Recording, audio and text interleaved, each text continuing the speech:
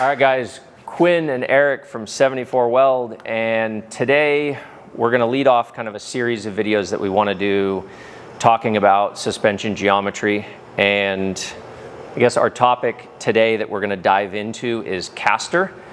We'll touch on essentially what is CASTER, how does it affect road driving characteristics, what are general numbers that you're going to see on these newer roadworthy platforms.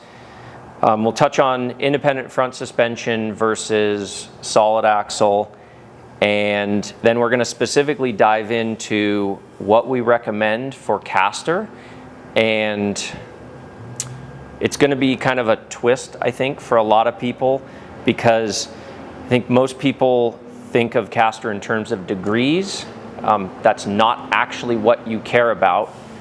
And so we'll do kind of a dive into implications of CASTER and why we're going to recommend what we recommend for our specific product. And I guess before we dive into that stuff, I think we'll start with independent front suspension. Yep. And we'll talk about lift kits, specifically upper arms that are out there on the market currently. So in the marketing material of most upper arms, I think to my knowledge almost every upper arm on the aftermarket, and I'll pull two for prime example, Total Chaos and Dirt King. Yep. They've been making them a long time. I'll misquote the literature on this, but they're going to tell you that they're going to add a couple degrees of CASTER into your suspension. This will correct for road handling when you lift your vehicle. The reason you want to do that is on a conventional suspension, when you start lifting it, the whole upright travels on an arc. And so effectively, as it cycles, as it droops out, you are losing effective CASTER through travel. And so an aftermarket arm will add that CASTER back in. That's a good thing. I should say that's a good thing if you want lift from the suspension. Our whole message is really what you're trying to do is, and if you sit back and think about this, you go, I don't necessarily want to be at the limits of my droop. I would rather have the suspension in its happy spot of good amount of up and good amount of down travel. The reason we can't leave it there, conventional, is that we can't fit a big tire on a stock suspension. With a portal and a stock suspension, prime example, a Toyota Tacoma, you can fit a 37-inch tire. You can go larger than that. You can go up to a 40-inch tire, that's going to require some trimming. So I think what I guess I'll do is kind of transition into CASTER implications and what it is that people actually should be concerned about when they're talking about CASTER. So you want to pick up there and dive into some of this? Yeah. So I guess just starting with like what exactly is CASTER, and to get to why we care about it. So if we start with an example of an independent front suspension, like a double wishbone setup, so you're going to have an upper arm, a lower arm, you're going to have a ball joint on each, and each ball joint is a spherical joint. At the center of that joint, you have a pivot. So between those two pivots, if you draw an imaginary line, that's an axis on which your steering knuckle will turn. And that's typically leaned backwards. Typically leaned backwards, yes. So then if you look at it, like you project a side view of a vehicle, you'll see the upper ball joint more towards the rear of the vehicle, the lower ball joint more towards the front. And then when people talk about CASTER, they'll talk about it in degrees, so what that line is from vertical. And typically, again, it's usually going to be rocked back or positive CASTER. And, as far as the typical effect that you'll hear of CASTER will be return to center and heaviness in your steering wheel. Those are like the two big effects of caster. It's not necessarily... Or the opposite. Or Explain the opposite. Yeah, so the opposite, like it... Hunting. If you go the other way on caster, then to explain it, I guess I think of it as a lever arm. That's kind of what we look at. If you take this line and you project it on the ground, and then you look at where your contact patch is, in a normal situation, your contact patch is going to be behind that line. So basically, if you have a pivot and you're dragging something, it's going to want to drag straight behind the pivot. If you have a pivot and you're pushing something, if it gets off of being completely dead straight from that pivot, it's going to want to wrap around the pivot. So the feel of this, what I kind of usually tell people is, if you had no caster at all, the vehicle's going to want to do this. It's going to be hunting the road. Yeah. The opposite end that a lot of people I think can relate to is, think of the Harleys, where the whole front end is completely raked out and you're seeing a guy doing 80 miles an hour with one hand on the fork. That front caster of that motorcycle is extremely positive, and so that vehicle is only going to want to track in a straight line. Yes, you can turn it, but it's going to take more force to get the vehicle to turn. Yes. Yep. So more angle, you're projecting that pivot line way more in front of your contact patch, and so return to center is one thing, and then also force required for steering is the other, because that's again another lever arm. So your steering arm's distance from that pivot point, the ratio of that lever arm to the caster lever arm is going to dictate how much force you need to overcome that return to center action that caster is giving you. So is it fair to say that more caster equals heavier steering, less caster equals lighter, more darty steering? Yes. Okay. Yeah. Now, I feel that in the off-road industry there's a misconception, because people think what they care about is that caster angle, but that's not actually what really dictates it. That's just one of the factors that you would consider. Tell us what they actually care about. Yeah, it's the length of that lever arm. Right. So in one of the diagrams, I don't even know which one we're going to put up on the screen. It's probably this one. Okay. We're not talking about portals yet. So it's the distance from that imaginary caster angle where it contacts the ground to the center of your contact patch on the ground. So you care about the distance of that, not whether that's at a 3-degree angle or a 12-degree angle. That doesn't matter. It does matter, but what you're really going for is, what is that distance? Yeah. And in every application, this is something that the OEMs are extremely aware of and are concerned about, and this is what they care about. They don't actually care about angle, and this relates to, why do you add caster into, say, a Total Chaos upper control arm? It's to put you back to that factory contact patch so that your lever arm stays the same. Yep.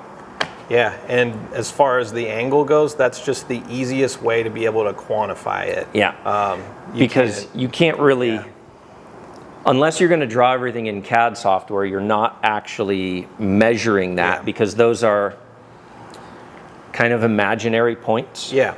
Or they're projected points, let's call it. Yeah. Okay, so should we talk about portals? Yeah. So as far as portals go, we have it's a drop gear set.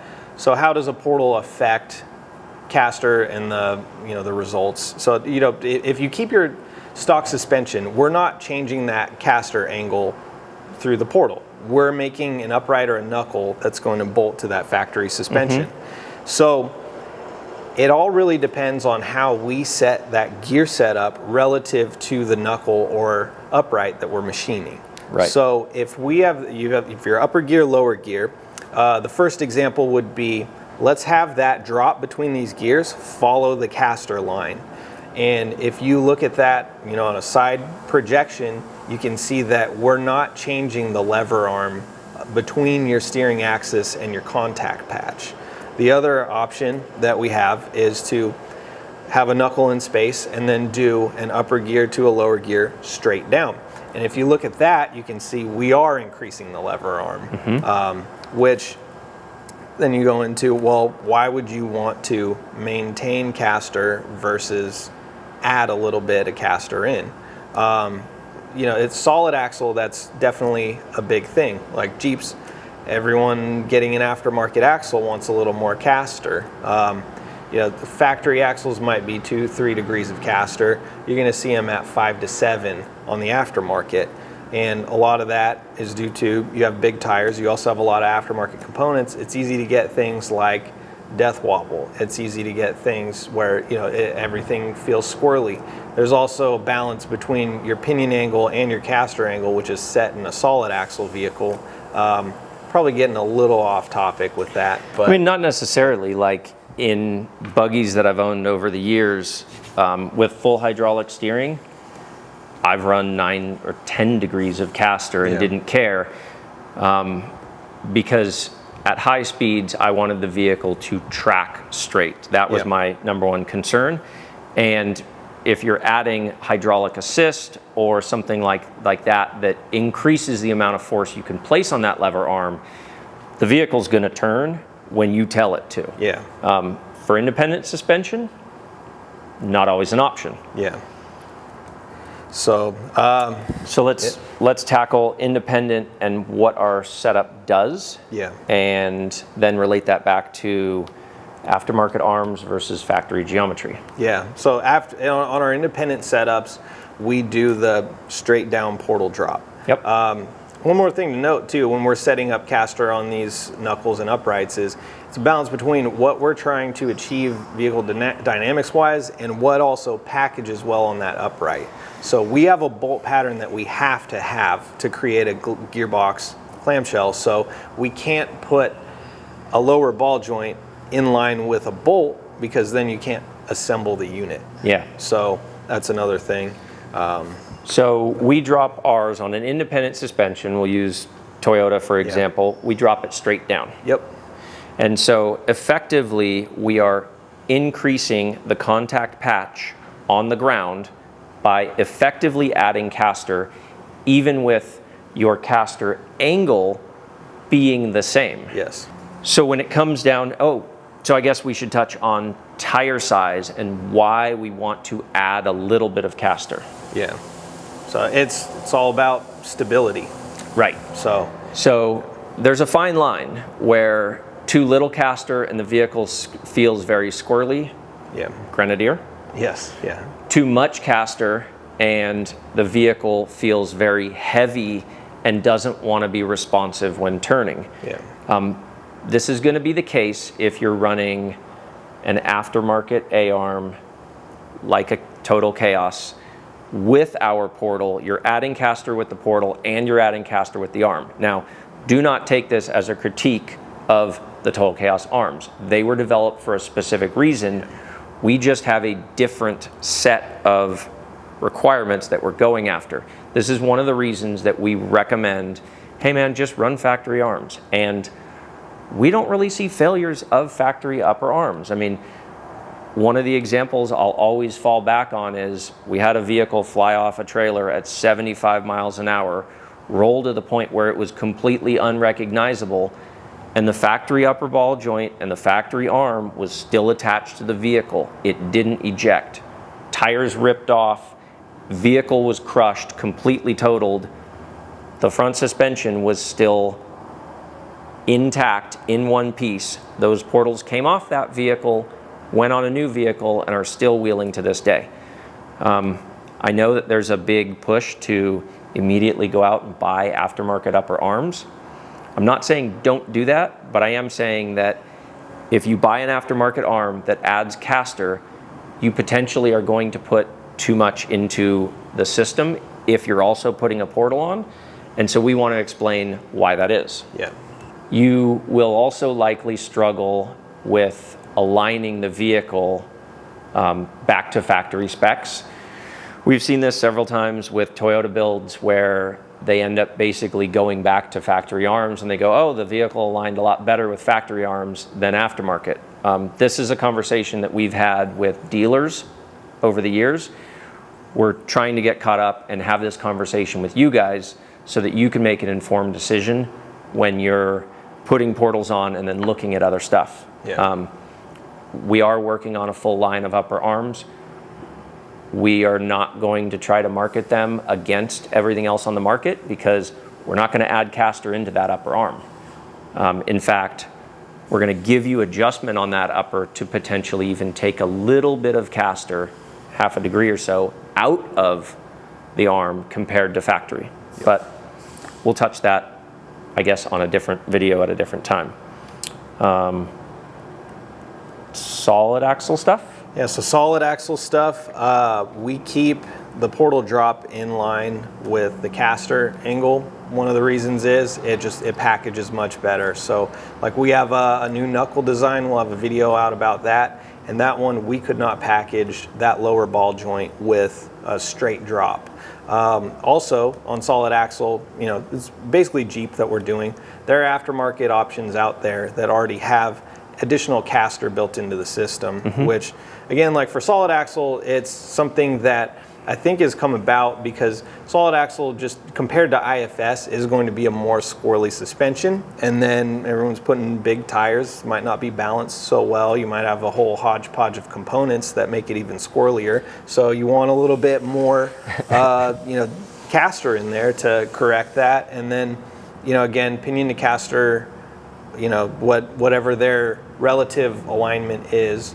Aftermarket axles really, or doing a whole bunch of garage fab is the only way to correct that because, you know, typically, so Quinn kind of talked about why you'd want, you know, an upper A-arm for an IFS lift. So on a Jeep or solid axle vehicle, as you lift the vehicle, your transfer case is getting higher relative to your axle. So to keep your driveline angles happy, typically want to tilt that pinion up. So especially if you have a single cardan at the pinion, you can only go so many degrees before you're going to get driveline vibration. Yeah. As you tilt that up, you pull caster out of the system, you make everything squirrelier. So now you've added everything that makes it squirrely, make it squirrelier. All you can do is build a new axle. Yeah, this is kind of where, I think I touched on this really briefly when I talked about Ineos Grenadier.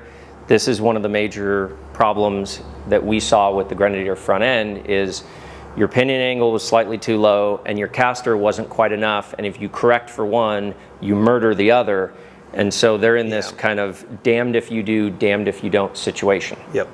Yeah. But as far as solid, like I get asked a lot, like what degree of caster should I run on my solid axle vehicle? And like, you know, very specific. Oh, I'm at 6. Should I go to 7? And I mean, I'll tell you in my experience, like they're all pretty good.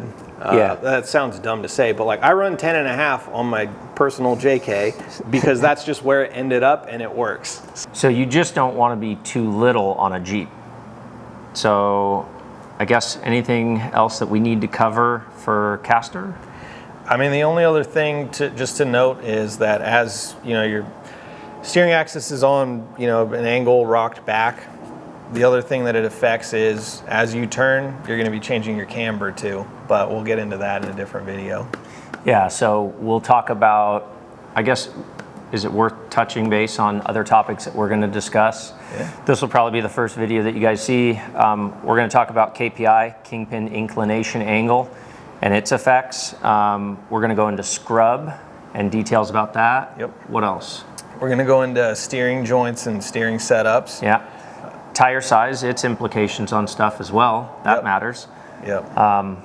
So our goal here is to kind of lay out some of the questions that we get asked and then answer those and do it in a fashion that like we try and educate you guys in the process and explain, you know, we've always heard for years, oh, you want to add caster. Well, today we're answering why do you want to add caster and why does it matter?